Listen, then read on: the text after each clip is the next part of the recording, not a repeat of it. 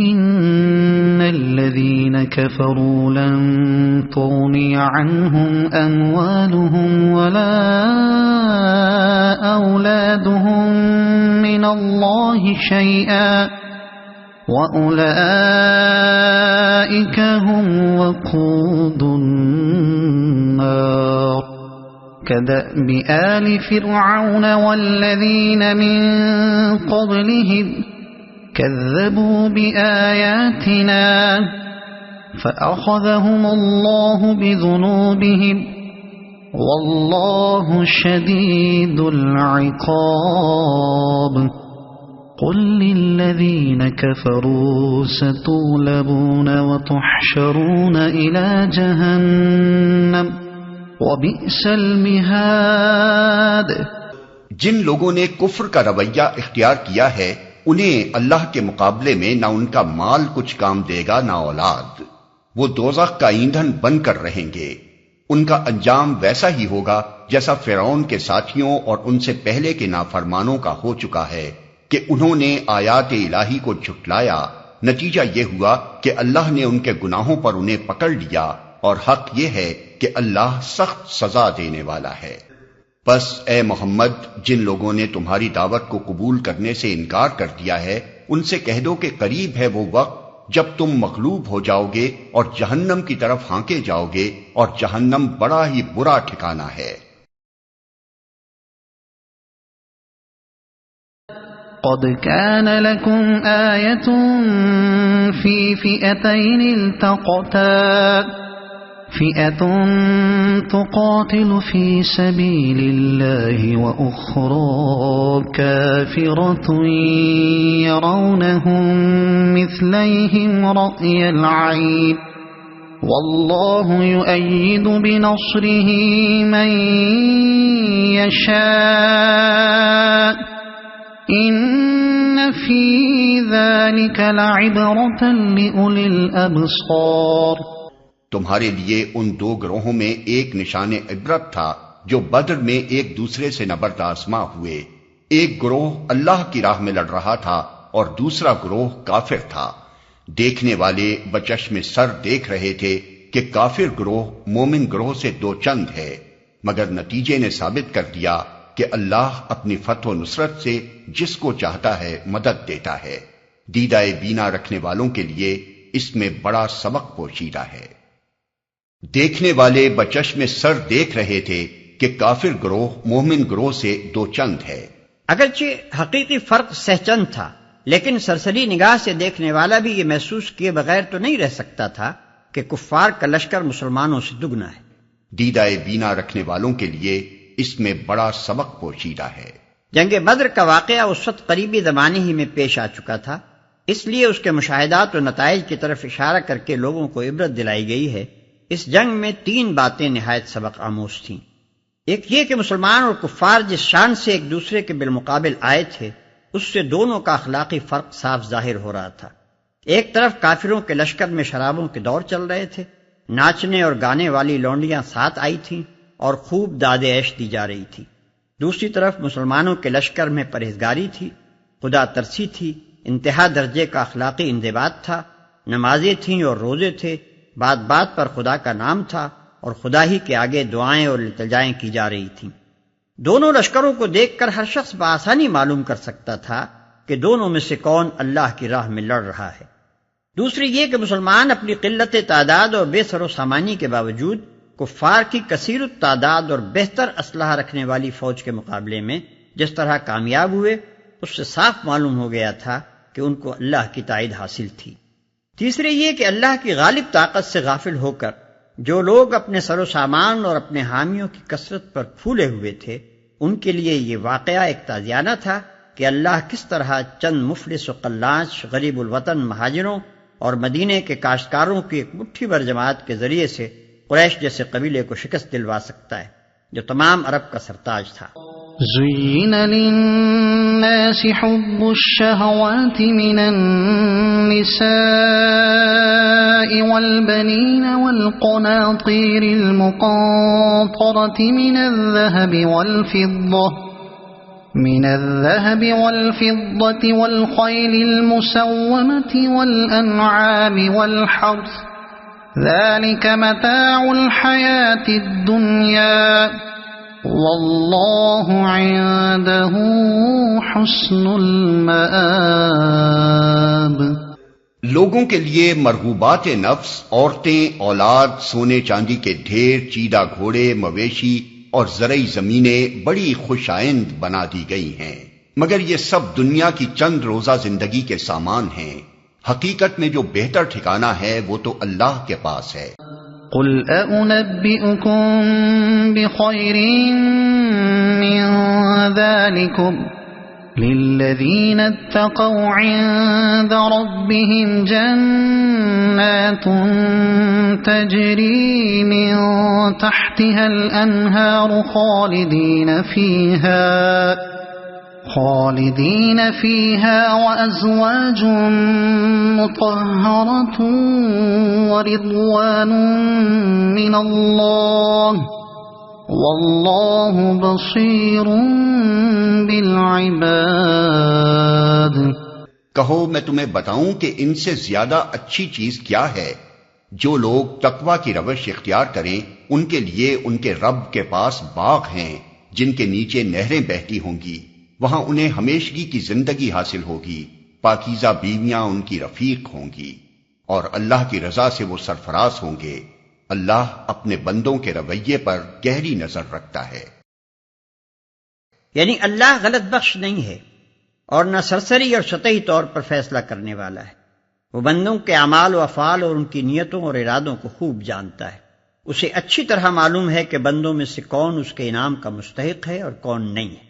الذين يقولون ربنا إننا آمنا فاغفر لنا ذنوبنا وقنا عذاب النار الصابرين والصادقين والقانتين والمنفقين والمستغفرين بالأسحار۔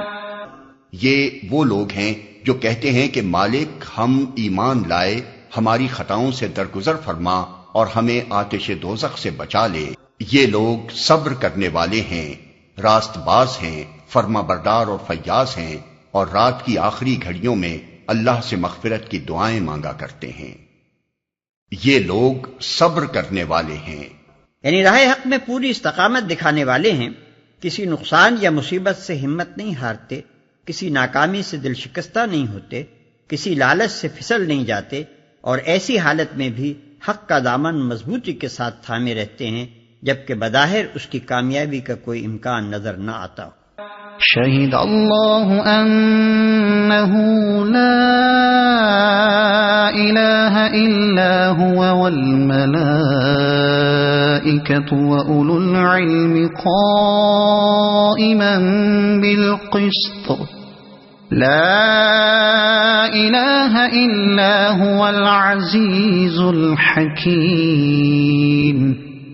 اللہ نے خود شہادت دی ہے کہ اس کے سوا کوئی خدا نہیں ہے، اور یہی شہادت فرشتوں اور سب اہل علم نے بھی دی ہے۔ وہ انصاف پر قائم ہے، اس زبردست حکیم کے سوا فی الواقع کوئی خدا نہیں ہے۔ اللہ نے خود شہادت دی ہے کہ اس کے سوا کوئی خدا نہیں ہے، یعنی اللہ جو کائنات کی تمام حقیقتوں کا براہ راست علم رکھتا ہے، جو تمام موجودات کو بے حجاب دیکھ رہا ہے، جس کی نگاہ سے زمین و آسمان کی کوئی چیز پوشیدہ نہیں، یہ اس کی شہادت ہے، اور اس سے بڑھ کر معتبر عینی شہادت اور کس کی ہوگی کہ پورے عالم وجود میں اس کی اپنی ذات کے سوا کوئی ایسی ہستی نہیں ہے جو خدائی کی صفات سے متصف ہو، خدائی کے اقتدار کی مالک ہو اور خدائی کے حقوق کے مستحق ہو۔ یہی شہادت فرشتوں اور سب اہل علم نے بھی دی ہے۔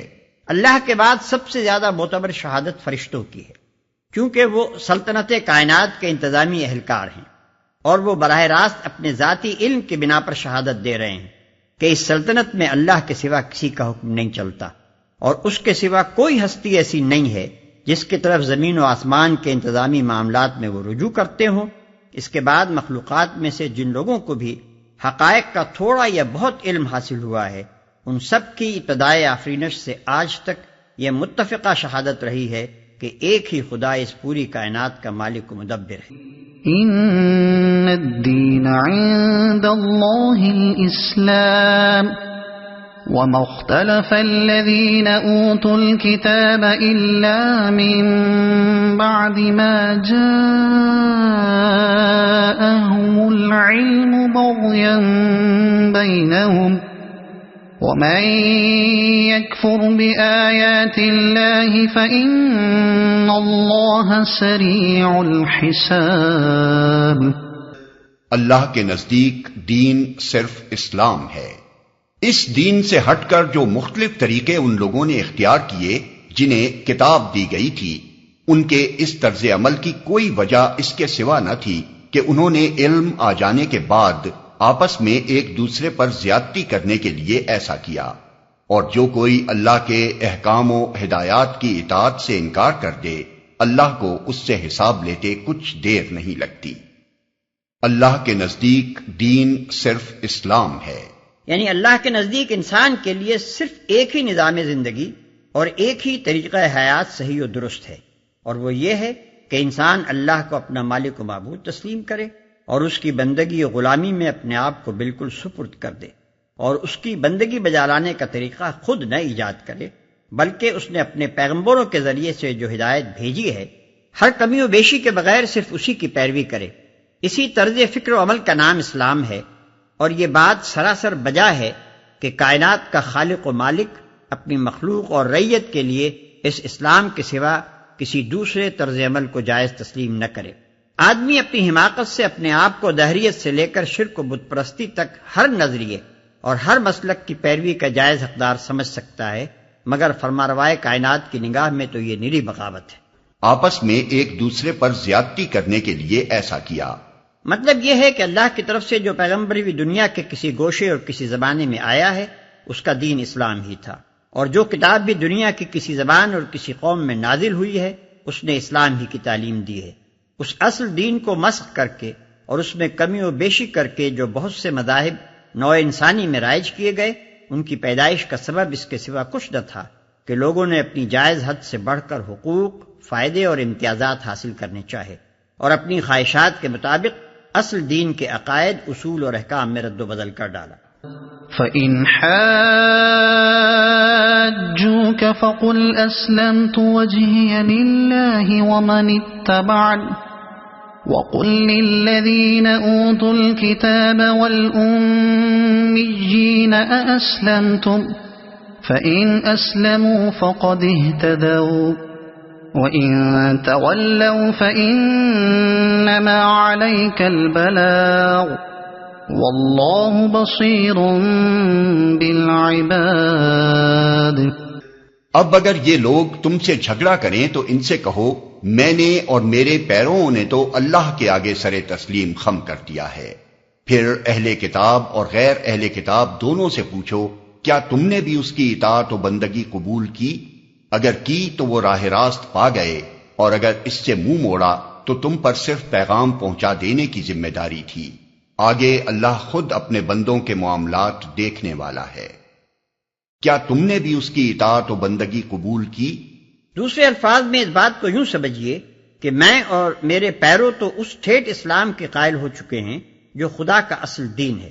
اب تم بتاؤ کہ کیا تم اپنے اور اپنے اسلاف کے بڑھائے ہوئے حاشیوں کو چھوڑ کر اس اصلی و حقیقی دین کی طرف آتے ہو؟